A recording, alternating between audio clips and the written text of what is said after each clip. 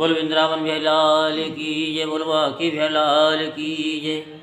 आज हम आपको श्रीमद् भागवत महापुराण के चौथे स्कंद का जो है 20वां अध्याय आपको सुनाएंगे। महाराज पृथु की यज्ञशाला में विष्णु भगवान का प्रादुर्भाव। श्री मैत्री जी कहते हैं कि विदुर जी, महाराज पृथु के 99 यज्ञों से यज्ञ भोक्ता यज्ञेश्वर भगवान विष्णु को भी बड़ा संतोष हुआ। उन्होंने इंद्र के सहित वहाँ उपस्थित होकर उनसे कहा, भगवान ने कहा कि इंद्र ने तुम्हारे 100 अश्वमेध पूरे करने के संकल्प में विघ्न डाला है। अब ये तुमसे क्षमा चाहते हैं, तुम इन्हें क्षमा कर दो।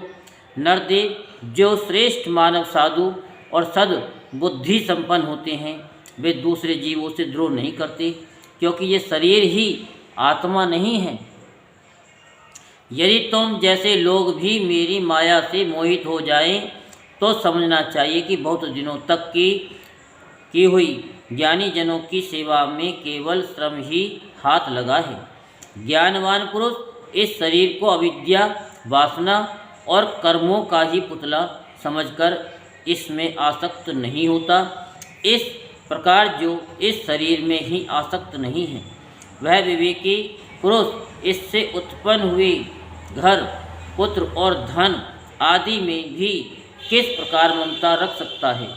ये आत्मा एक शुद्ध स्वयं प्रकाश, निर्गुण गुणों का आश्रय स्थान, सर्वव्यापक, आवरण शून्य, सबका साक्षी एवं अन्य आत्मा से रहित है, अतएव शरीर से भिन्न है। जो पुरुष इस ध्येय स्थित आत्मा को इस प्रकार शरीर से भिन्न जानता है, वह प्रकृति से संबंध रखते हुए भी उसके गुणों से लिप्त नहीं होता, क्योंकि उसकी स्थिति मुझ परमात्मा में रहती है।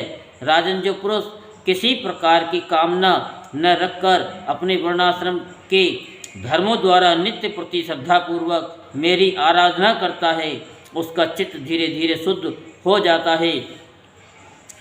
चित्त शुद्ध होने पर उसका विषयों से संबंध नहीं रहता तथा उसे तत्व ज्ञान की प्राप्ति हो जाती है। फिर तो वह मेरी समता रूप स्थिति को प्राप्त हो जाता है। यही परम शांति, ब्रह्म अथवा केवल्य है।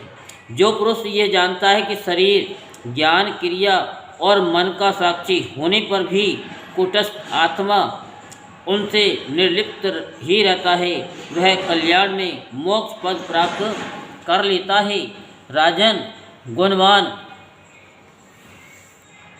और गुण प्रभारूप आवागमन तो भूत, इंद्रिय, इंद्रियाभिमानी देवता और चिदाभ्यास, इन सब की समष्टि रूप परिच्छिन्न लिंग शरीर का ही हुआ करता है।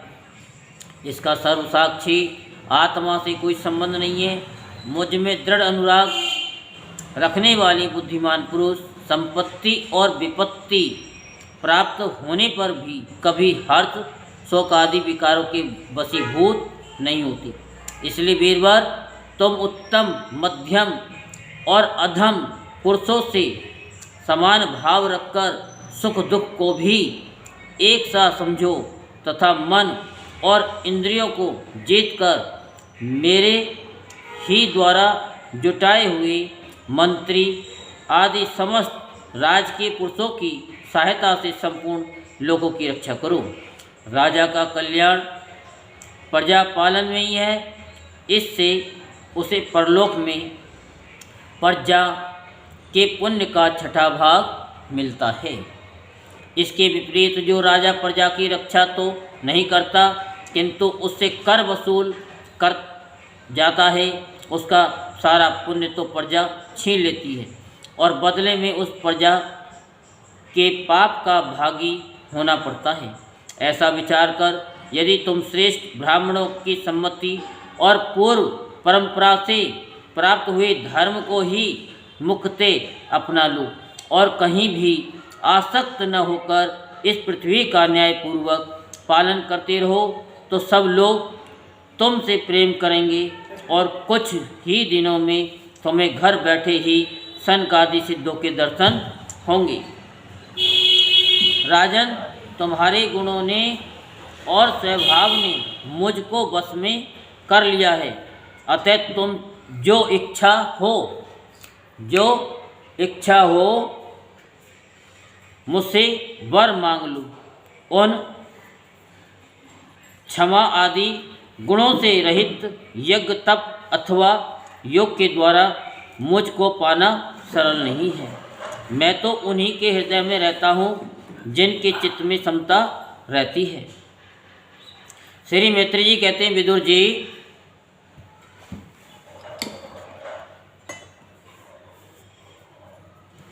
सर्वलोक गुरु श्री हरि के इस प्रकार कहने पर जगद्वेजी महाराज पृथु ने उनकी आज्ञा शिरोधार्य की। देवराज इंद्र अपने कर्म से लज्जित होकर उनके चरणों पर गिरना ही चाहते थे कि राजा ने उन्हें प्रेम पूर्वक हृदय से लगा लिया और मनोमालिन्य निकाल दिया। फिर महाराज पृथु ने विश्वात्मा भक्तवत्सल भगवान की पूजन की और क्षण क्षण में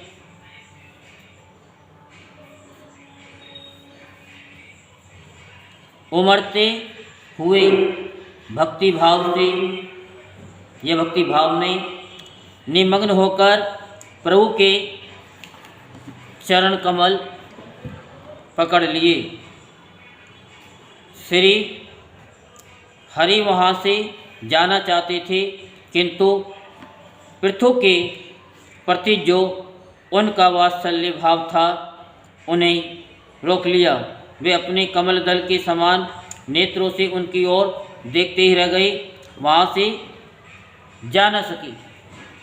आदिराज महाराज पृथु भी नेत्रों में झल भर आने के कारण न तो भगवान का दर्शन ही कर सके और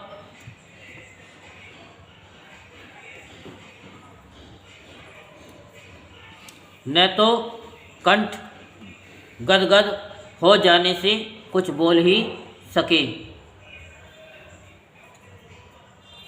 उन्हें हृदय से आलिंगन कर पकड़े रहे और हाथ जोड़े ज्यों के तो खड़े रह गए। प्रभु अपने चरण कमलों से पृथ्वी को स्पर्श किए खड़े थे।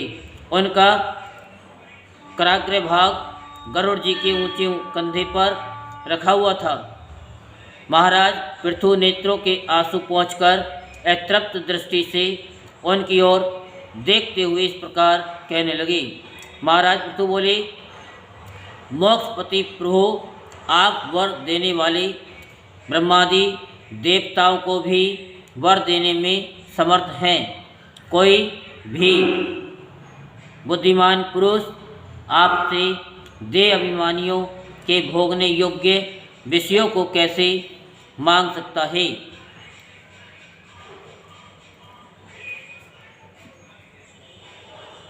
वे तो नारकी जीवों को भी मिलते हैं।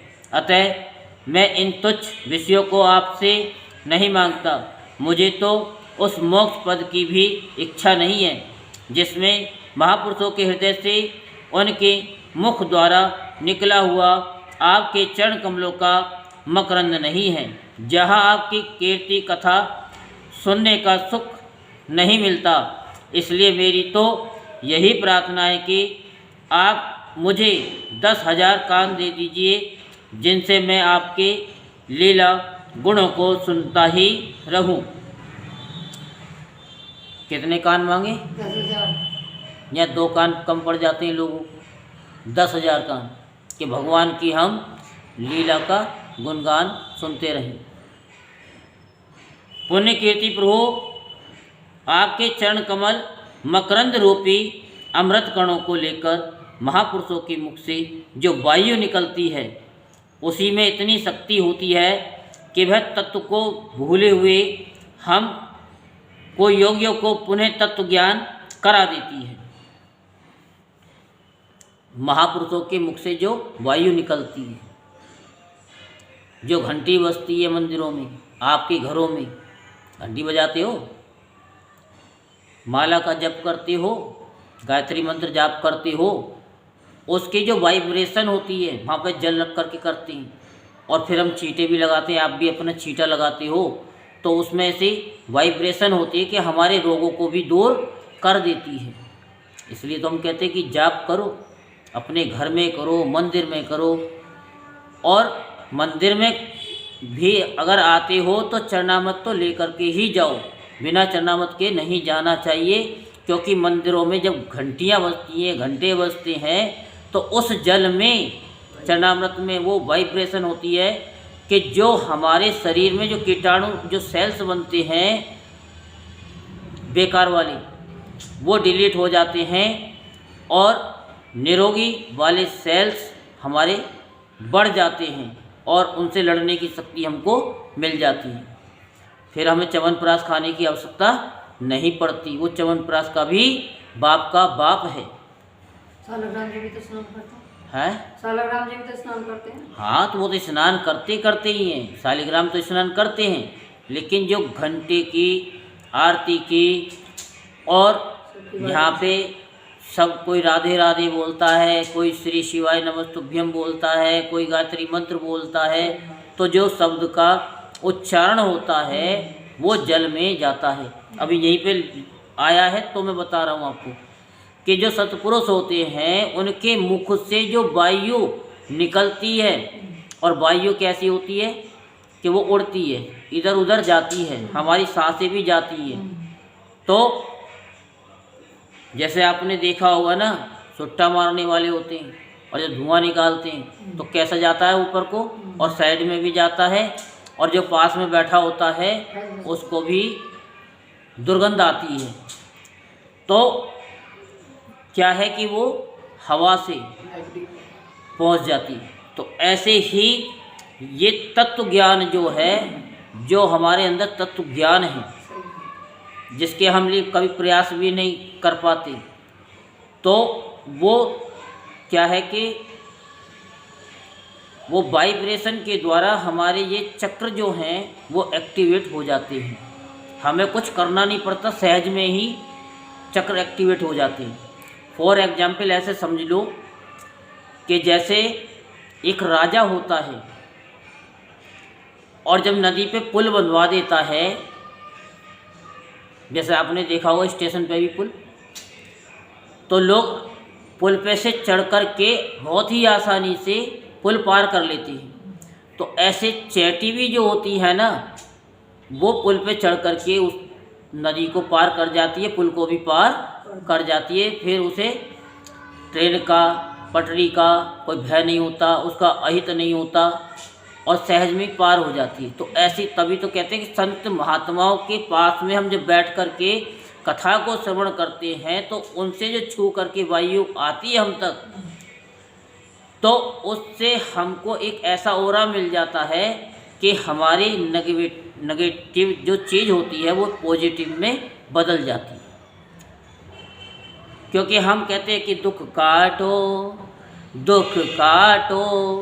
अब किसी चीज़ को तुम बार बार याद करोगे तो क्या होगा? अब किसी का नाम बार बार रटे जाओ, वो कहेगा यार ये तो मेरे को ही बहुत पुकार रहा है, तो भाई इसके पास में चला जाए, वो तो हमारी खातिर तवज्जो कर रहा है, हमें याद कर रहा है, तो वो भी चला आता है। तो इसलिए हम कहते हैं कि हमेशा पॉजिटिव रहो। बहुत से पूछते गुरु जी, आप कहते हैं I am magnet money, I am Crorepati, I am अरबपति, आई एम खरबपति। क्या है ये खरबपति, क्या है करोड़पति? बता दो। बताया तो था भी कि धन दौलत के बने दीवाने, एक दिन वो कंगाल हुए, और राम नाम के हीरे मोती जिसने लूटे वो एक दिन माला माल हुई। तो हमारे पास जो संपत्ति है काय की है? हमारे कृष्णा की है, हमारी राधे की है। इसके सामने संसार की कोई भी मुद्रा काम की नहीं है। जो हमारे को खजाना हमारे साथ में जाएगा, वहाँ पर यही खजाना, नाम का खजाना ही साथ में जाएगा। बाकी यहाँ के जो खजाने हैं, शरीर है, वो भी यहीं धरा रह जाएगा। सब छूट जाएगा। गलत तो नहीं कह रहा, सब यहीं रह जाएगा। सब छूट जाएगा। वहाँ पर भगवान के सामने जब भगवान हमसे पूछेंगे क्या करा, तो कम से कम गर्व से तो कहेंगे कि हमने परमात्मा जी आपका नाम लिया।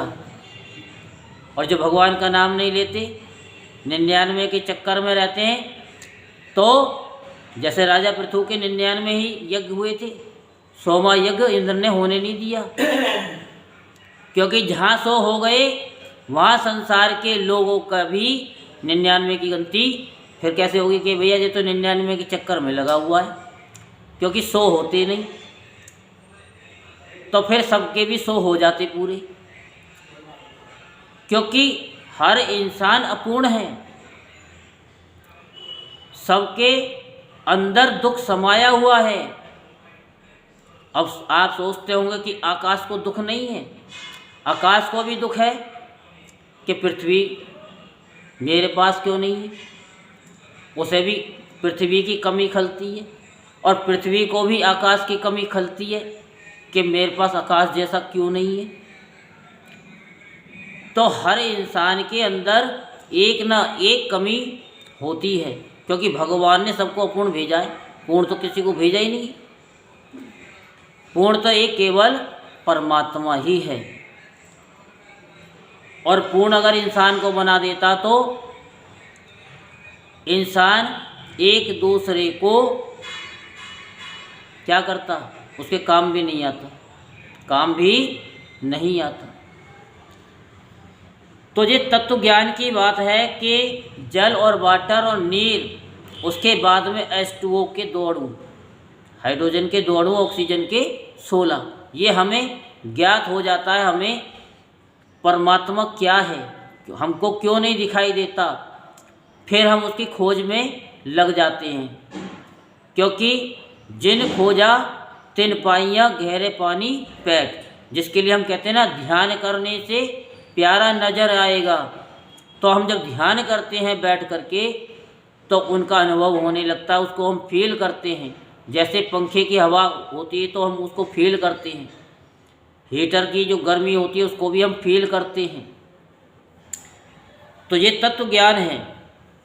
हमें दूसरे बरों का कोई आवश्यकता नहीं है। उत्तम कीर्ति वाले प्रभु, सत्संग में आपके मंगल में सुयश को देवस एक बार भी सुन लेने पर कोई पशु बुद्धि पुरुष भले ही तृप्त हो जाए, पशु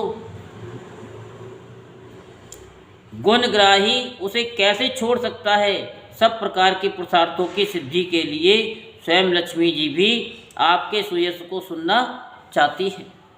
अब लक्ष्मी जी के समान मैं भी अत्यंत उत्सुकता से आप सर्वगुण धाम पुरुषोत्तम की सेवा ही करना चाहता हूँ। किसकी? पुरुषोत्तम की सेवा करना चाहता हूँ। किंतु ऐसा ना हो कि एक ही पति की सेवा प्राप्त करने की होड़ करने के कारण आपके चरणों में ही मन को एकाग्र करने वाले हम दोनों में कलह छिड़ जाए। जगदीश्वर जगत जननी लक्ष्मी जी के हृदय में मेरे प्रति विरोध भाव होने की संभावना तो है ही, क्योंकि जिस आपके सेवा कार्य में उनका अनुराग है उसी के लिए मैं भी ललायित हूँ। किंतु आप दीनों पर दया करते हैं, उनके तुच्छ कर्मों को भी बहुत करके मानते हैं। इसलिए मुझे आशा है कि हमारे झगड़े में भी आप मेरा ही पक्ष लेंगे। आप तो अपने स्वरूप में ही रमण करते हैं, आपको भला लक्ष्मी जी भी क्या लेना है। इसी से निष्काम महात्मा ज्ञान हो जाने के बाद भी आपका भजन करते हैं। आप में माया के कार्य अहंकार आदि का सर्वदा अभाव है। भगवान, मुझे तो आपके चरण कमलों का निरंतर चिंतन करने के सिवा सत्पुरुषों का कोई और प्रयोजन ही नहीं जान पड़ता।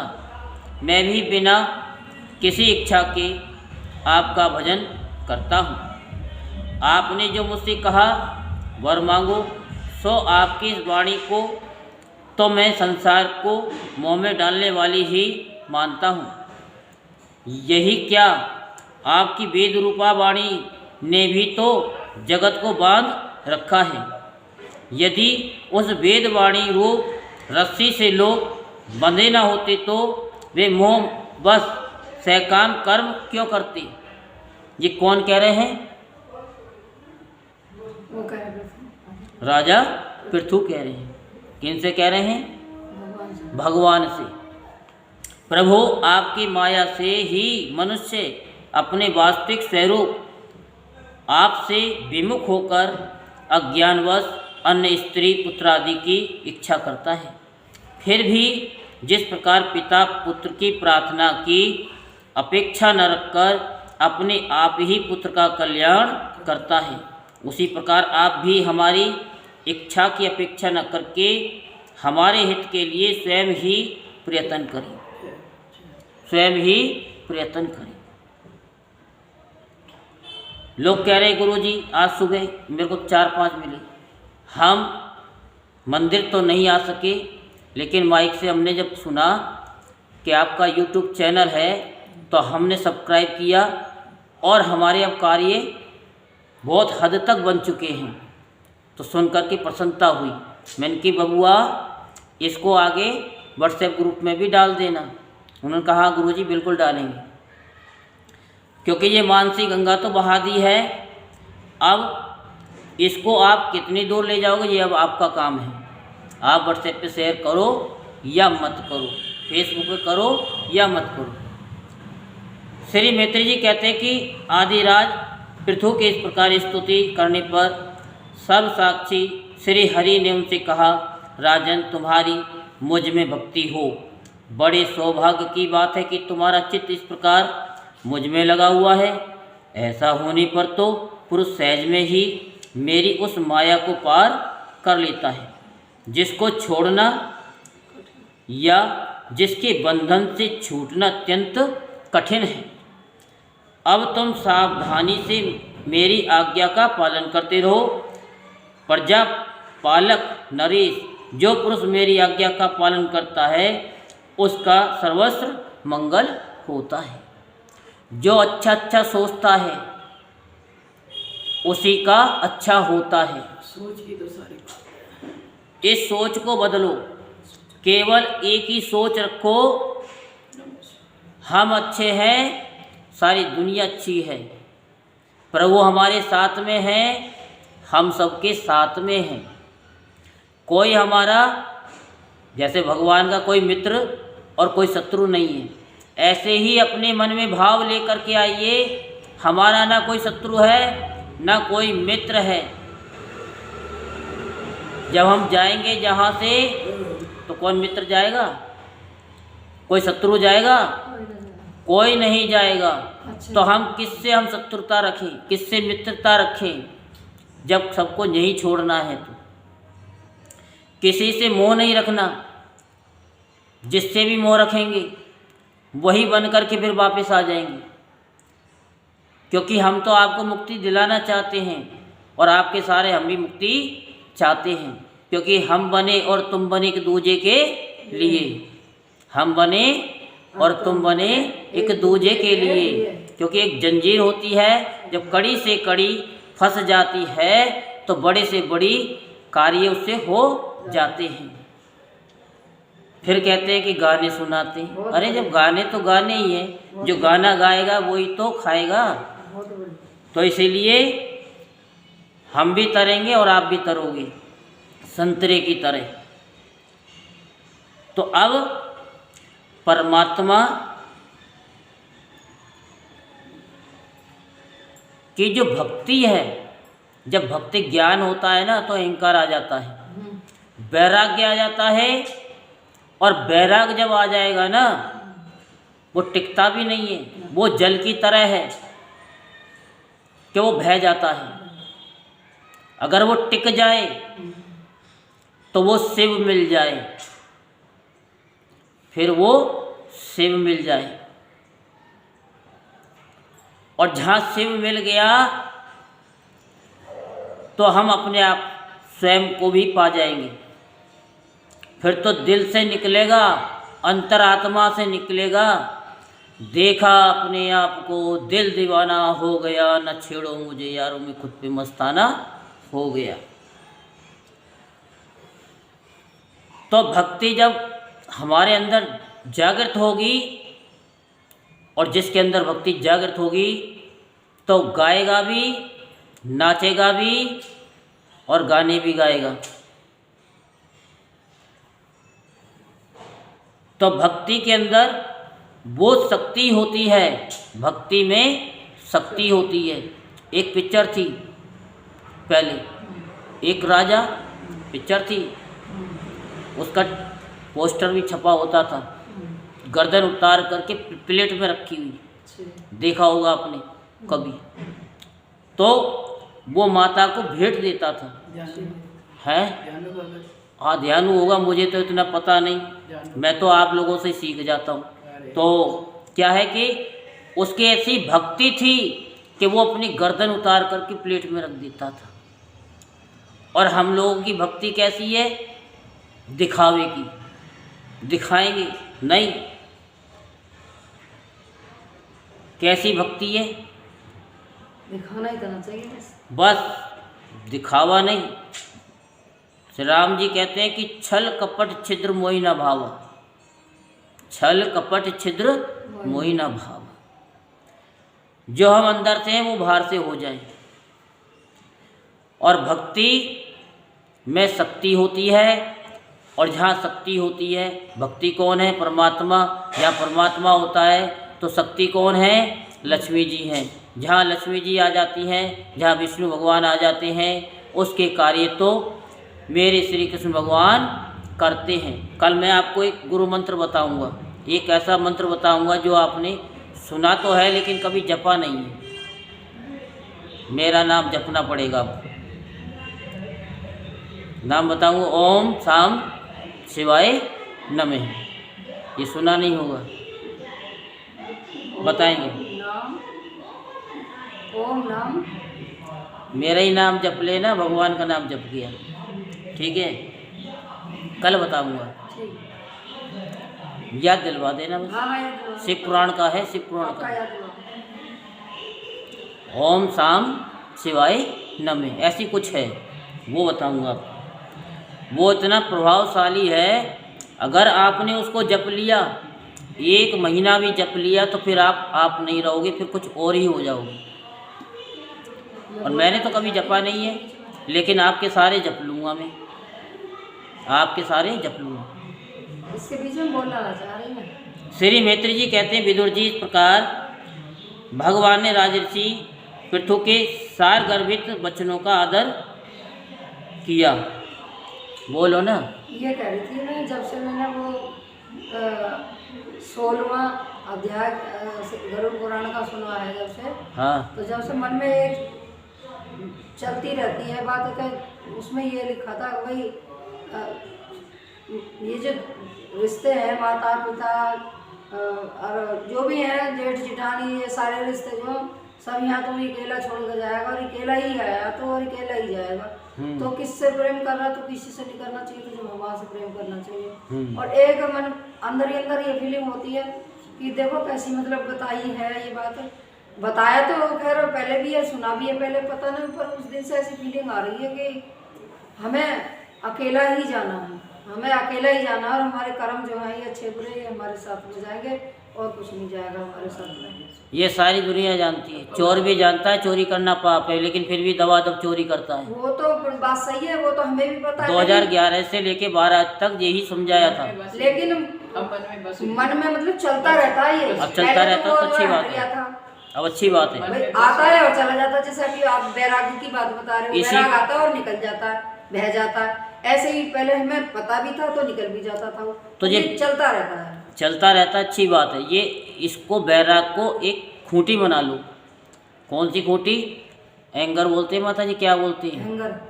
हैंगर बोलते हैं। हैंगर जो उसमें लगा अच्छा, लटकाया रहता है। हाँ, मुझे पता नहीं ना, वो लटका रहते कपड़े टाक देती। वो तो खुंटी बोलते हैं। तो हाँ, ऐसी खूंटी टेढ़ी सी होती है होती है। जो हमारी कृष्ण वाली है। हाँ जी। क्योंकि हाँ राम बोलोगे तो बिल्कुल सीधा बोल जाएगा, हाँ जी। और सीधी खूंटी होगी तो कपड़ा उतर जाएगा अपने आप ही।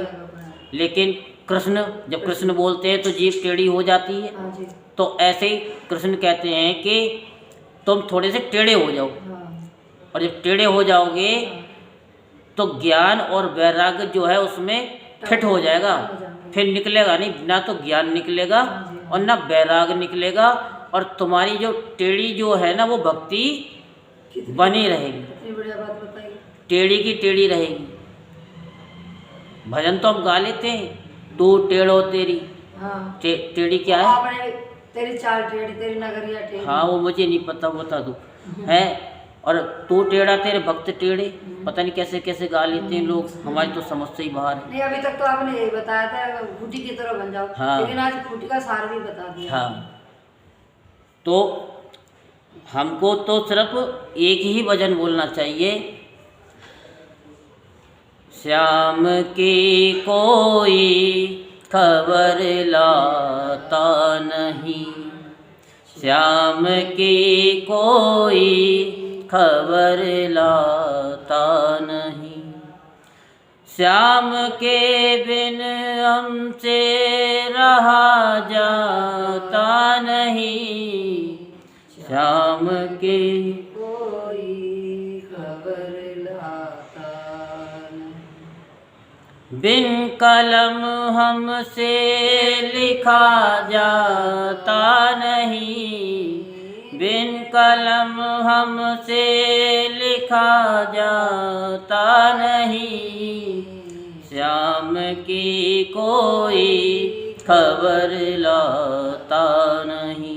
अब जो आया वो बता दिया। तो परमात्मा की ऐसी भक्ति होनी चाहिए कि अब उसके बिना हम रह नहीं सकते। ऐसी तड़फन होनी चाहिए जैसे मछली को जल में से निकाल दिया जाता है तो वो तड़पती रहती है और तड़प तड़प की मर जाती है और उससे अलग होना नहीं चाहती। तो ऐसे ही हमारी भक्ति होनी चाहिए कि प्रभु अब मैं तेरा हूँ और तू मेरा है, और रात को नींद भी ना आए, आजा कन्हैया सुला जा लोरी दे करके, तब नींद आए जब कन्हैया आए।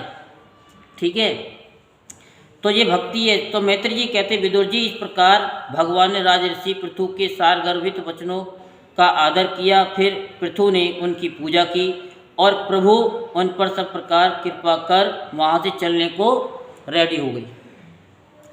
महाराज पृथु ने वहाँ जो देवता, ऋषि, पितृ, गंधर्व, सिद्ध, चारण, नाग, किन्नर, अप्सरा, मनुष्य और पक्षी आदि अनेक प्रकार के प्राणी एवं भगवान के पार्षद आए थे, उन सभी का भगवत बुद्धि से, अपनी बुद्धि से नहीं, भगवत बुद्धि से भक्ति पूर्वक वाणी धन के द्वारा हाथ जोड़कर पूजन किया। इसके बाद वे सब अपने अपने स्थानों को चले गए। भगवान अच्युत भी राजा पृथु एवं उनके पुरोहितों का चित्त चुराते हुए, किसको चुराते हुए? चित्त को चुराते हुए। और ये कथा क्या करती है?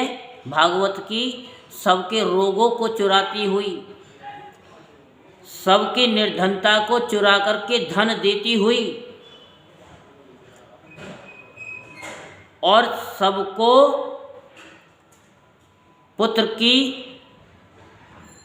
आशीर्वाद देती हुई जा रही है ये मानसी गंगा, कि जो सुनेगा दूसरे को सुनाएगा, उसके कार्य स्वयं श्री कृष्ण भगवान राधे रानी करना शुरू कर देंगे। अपने धाम को सिधारे, तदंतर अपना स्वरूप दिखाकर अंतर ध्यान हुए। अव्यक्त स्वरूप देवादिदेव भगवान को नमस्कार करके राजा पृथु भी अपनी राजधानी में चले गए। यहीं पर 20वां अध्याय संपूर्ण होता है। तो आपको सभी को क्या बोलना पड़ेगा? बोल बांके बिहारी लाल की जय। राधे राधे राधे राधे राधे राधे श्याम। राधे कृष्णा कृष्ण कृष्ण राधे राधे राधे कृष्ण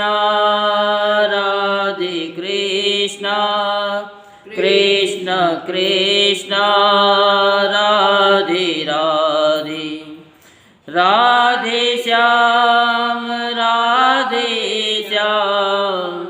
श्याम श्याम राधे राधे राधे श्याम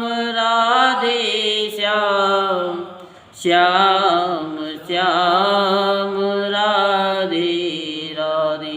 जय जय श्री राधे श्याम, जय जय श्री राधे